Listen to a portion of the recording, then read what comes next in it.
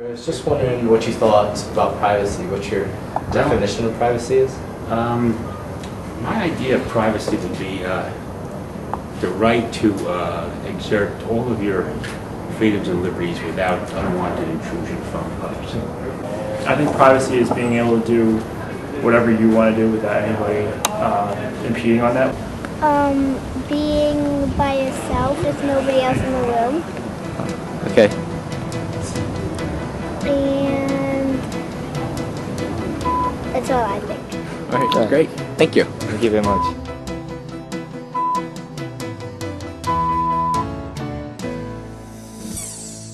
Good evening. I'm Michael Crawley. And I'm Jolene Ian. Welcome to Channel 5, News at 5. Although it is nowhere to be found in the Constitution, privacy has been one of the most demanded and protected human rights. With the current political situation, the state of individual privacy has been brought into question. With the Patriot Act, random searches, and body scanners in airports, we wonder just what people thought about the government's increasing role in our daily lives. We now have Jermaine Marcellus live in the streets of Charlottesville asking the public about this issue. Hi Jolene, I'm here on grounds trying to see just what the public thinks about the reduction of their privacy for our country. Do you think the government has the right to take away some of our privacy in order to prevent possible attacks to our country? Yeah, I think that's okay. I'd be willing to say yes. Do you want me to expound upon that?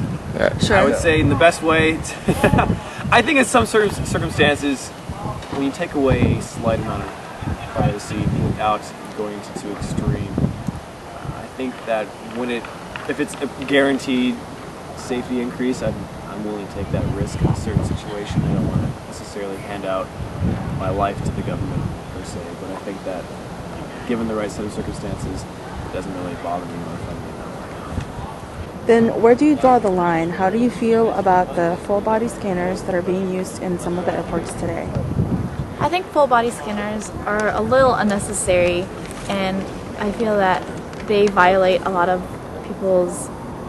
I feel like a lot of people would just feel very violated about full body scanners, and I feel like there's always other ways of trying to find out who's a terrorist and who isn't, and full body scanners might be a little too inflicting upon people's personal privacy.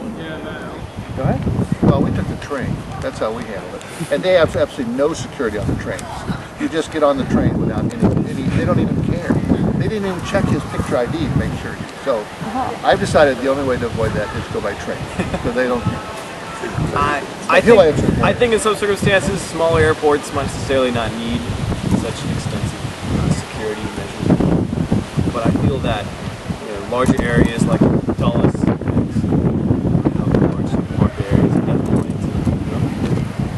to weed out potential threats and possibilities. I wouldn't necessarily go by what people look like or what they're wearing, but definitely just randomized testing. Do you know about the Patriot Act? No, I do not. It's basically an act that gives law enforcement agencies the right to search through your phone records, your email communications, and other records. And it also broadens the discretion of the immigration agencies in detaining and deporting immigrants. So how do you feel about that? Do you feel that that is going too far? I think it's okay. Everything is for the sake of the nation's safety, just as long as the government doesn't abuse this power and that they have reasonable suspicion to suspect people of terrorism and other acts. I think the President of the United States doesn't know what's going to happen tomorrow, and in order to be fully aware of what might happen, I don't mind giving up those amounts of freedoms to protect the whole country. Now, that it should be able to be challenged in the courts or whatever, I'm all right with that. I do feel that in some circumstances it does stretch the boundaries of the Constitution, but I think for the most part done with the best of intentions. Of course, everyone, political or not, has their own agenda with how they want to live and how they necessarily decide things to be done. So no one's perfect and no one makes the best decisions, but I think that overall, if it's done in a fair and balanced way, I think every law should have a sunset provision. So there you go. The Patriot Act, after some years, just have to be renewed, like every act. Right. There you go. All right, thank you. Is that it? Thank you, Jermaine. With the increase in technology, it seems we've lost some of our privacy. The internet has allowed billions of people all over the world to post, blog, and share any information they fancy.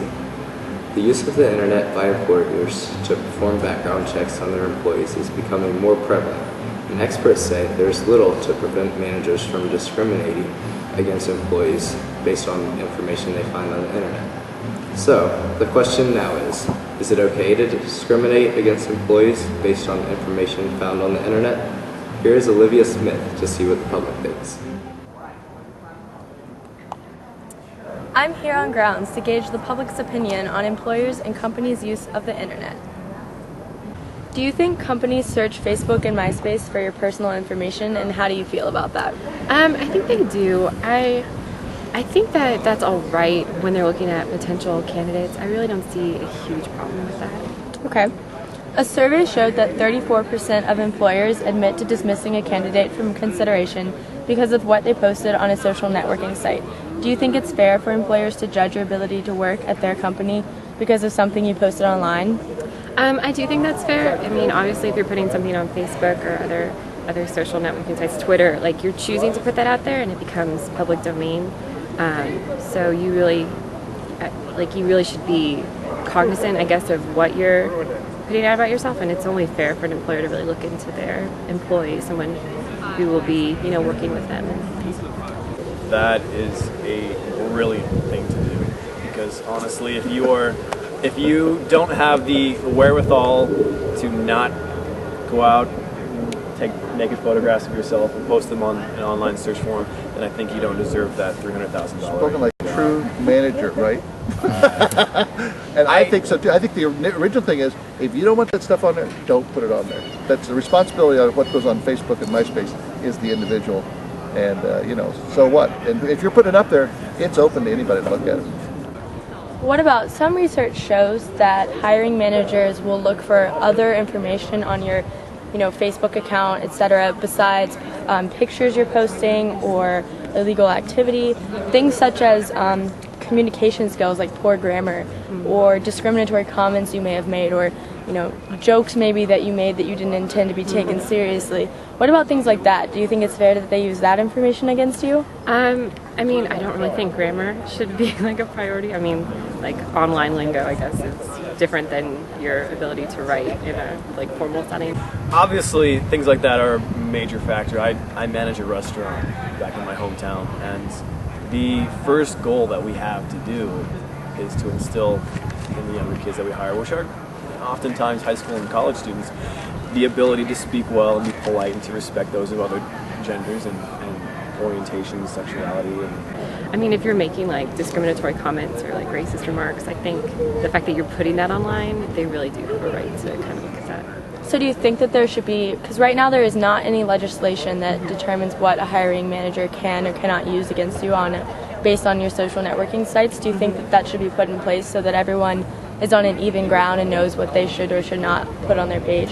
Yeah, I mean, I think that legislation would be helpful just to clarify, but I don't really know if that should be a priority just in terms of everything that's going on domestically. Okay. So overall, you think social networking sites should be considered by employers in their hiring practices? I mean, I think that if an employer is going to use it, that a social networking site should be fair game, but I don't think that that should be the first thing that they look at. If someone has to tell you what not to put online, if it might be offensive, it might be wrong and misinterpreted, then possibly you are not ready to be hired in the position that you're applying for. And that said, I don't feel that there should be a law mandating what can be looked at or not, because if you're willing to post it on a public profile, which is the basis of a social network, I mean, you should be smart enough to know, and the smallest amount, to at least put enough security on there so that random people, such as a potential employer, can't just look at your profile. I think that's an interesting thing to say. However, I think that some companies hire people whose sole job is to find information about these people. There are some people that go, oh, I'm just going to be your friend. Yeah. I don't necessarily think that it's an invasion of privacy, but I do think that it's definitely unethical. Thank you. Thank you, Olivia. Well, now we know just what the public thinks about the issue of privacy. But what do you think about privacy? Well, that's it for Channel 5 News at 5. Next up, we have Tom Ado with sports.